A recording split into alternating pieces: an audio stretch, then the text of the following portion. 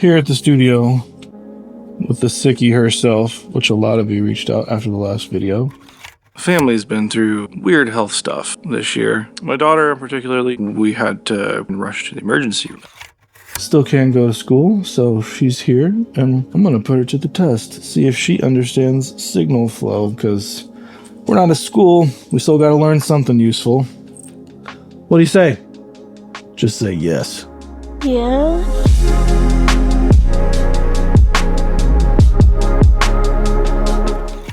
I have my assistant here with me today. I thought it would be fun for you to explain studio stuff to me. Because you've been to the studio a lot in your life, right? I did not know that was the idea. How well do you know my job? Let's find out. Oh dear. What room are you in right now? Alive? Live room! What's that room over there where I sit and my desk is at? That's the core room. The what? The control room. There you go. What is this? This? Yeah. This is a drum set. Drum set. What are the parts of the drum set? Cymbals. Uh-huh. Kick drum. Yeah. Snare. Uh-huh. Toms. And Cool. hello, buddies. What are these? Microphones. Microphones. How does the sound of this microphone get to the control room? Cords. Okay. Can you tell me about it? This whole thing is called, are you ready? The signal flow. So can you follow the cords and tell me how it gets to the control room? I don't know, but I'll try. Okay. So the microphone hears the sound when you hit the drum Yeah. with one of the sticks. Yep. Exactly. And it makes that sound. And it travels all the way. Through these big massive cords. Yeah, really. What's this called? A box. A snake. I'm a snack. I'm a snake. Okay, And then so, there's another cord. well, those are for tube condensers. That's a little advanced. That's the idea. So we have microphones into snakes, and those happen all over the building. So where do they end up? And here. Boom. Yes. This is where Daddy's studio is a little different because the studio used to be much smaller. That was my main snake for the building. This is not how most people would do it. This is how I make it work in here because the studio used to stop at that beam. But after this, so all the stuff from the microphones is coming into here through that snake. Then what happens? It goes in here. I think. Yes. Well, do you know what this is called? You said it to me the other day. I don't remember. Power pack? Power Patch. Sour Patch Kids. Yeah. No, it's a patch bay. Patchbay. Yeah. So the idea is you have patch cables. This type is called a TT connection, tiny telephone. Oh, yeah. And all the stuff in the studio is hooked up to this patch bay, and I can tell it where to go. So for example, that kick drum was plugged into 1, which goes to 1. Boom. Whoa. And then everything goes to, what are these called right here? These? Yeah. I don't know. So these are preamps. That's what makes the microphone volume a workable volume so that I can use it in a session. By the way, today's video is sponsored by me.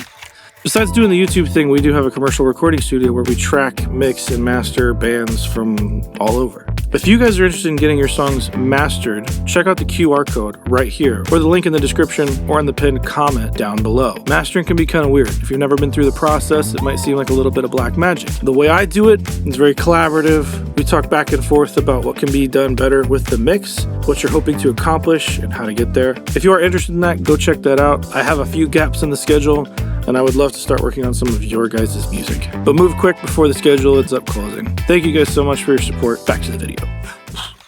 What else is over here?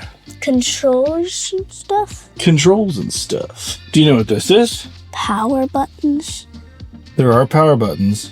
This is a compressor. Compressor? Have you heard me talk about compressors before? Yes. What do you think a compressor does? Changes the volume of stuff. Kind of. Actually, yeah. You know what a waveform is, right? How a waveform can say the softest part of a sound is down here. The loudest part of a sound is up here. Yeah. So a compressor can take the top of that down or the bottom up, depending how you want to set it. And it basically just makes that dynamic volume less, so then you can control how much you want. So it kind of depends. It's a little bit on the sound. Yeah. It controls things, but it also kind of changes the sound and makes it a little sweeter in some instances. This compressor sounds way different than this one, which sounds way different than this one, which sounds way different than this one even. If you're plugging that tom drum in there, what would you look at first to hook everything up? This? Yes. The patch bay is labeled yes. That tells me the ins and outs. So if I need to, I can check this and that'll show me where things are plugged in. But we have painter's tape here on all the preamps to tell us what goes where. Kick out, KO, goes on this one. So we can just really quickly look if there's a problem and we can change the level of something. I want to see if you can figure out where the piano is plugged in. Let's go look at the piano. All right. I didn't know the piano was plugged in. It is. So there are mics on it. I want to see if you can figure out where they're plugged in. If you look right down here, each one of these has numbers on them. Mm-hmm. So you can see 2 and 17. 2 and 17. Down there, could you see what that's plugged into?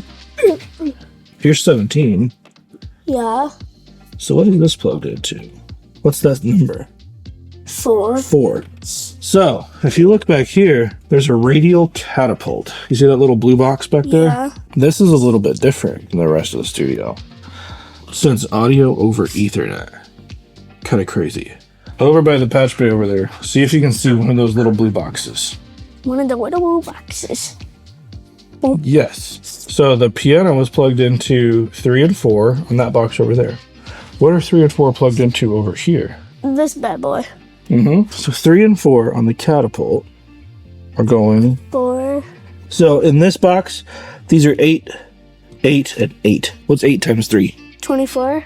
So the last 2 and 24 are 23 and 24. Okay, so come in here. So you got to do a lot of math. So on the top thing of the patch bay, these are my studio lines, right? So do you find 23 and 24? Boom. Grab one of these and see if you can gently see where it's going. Into this guy? Mm-hmm. It's actually these right here. Oh, it's those? Yep. Which is, if you can see the bottom label, says octo, which is this right there. Boy. Piano, left, right. 7 and 8 on the octo. If we did this right, and I arm this track, and I set this camera right here so I can see you, I'm going to go into the other room, and I'm going to hit the piano. So let me know if you see signal here, and if you see signal there. And if yes, then we did it right. Okay. Yep. We got it? Uh-huh. Yeah. So that's signal flow. That's the whole thing.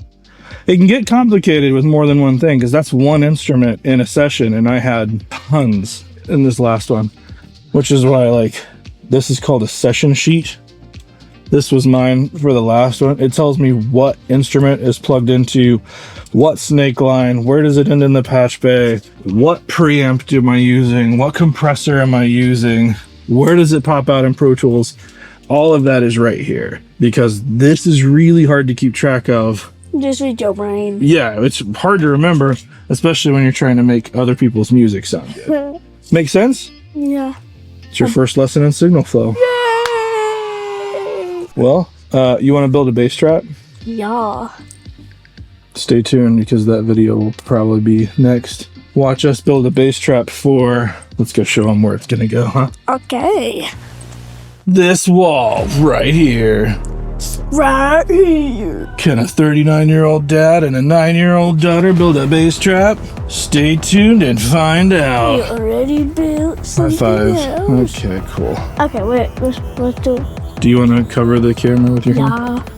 Nah, No, you gotta say bye first. bye. If you like this video, go hit this one down there. I don't know what it is. Google thinks you'll like it. Google knows you better than I do. I've never met you. Just because you see me on the TV or on your phone doesn't mean we know each other. Google does, and Google says you'll like this one. So click it. Bye.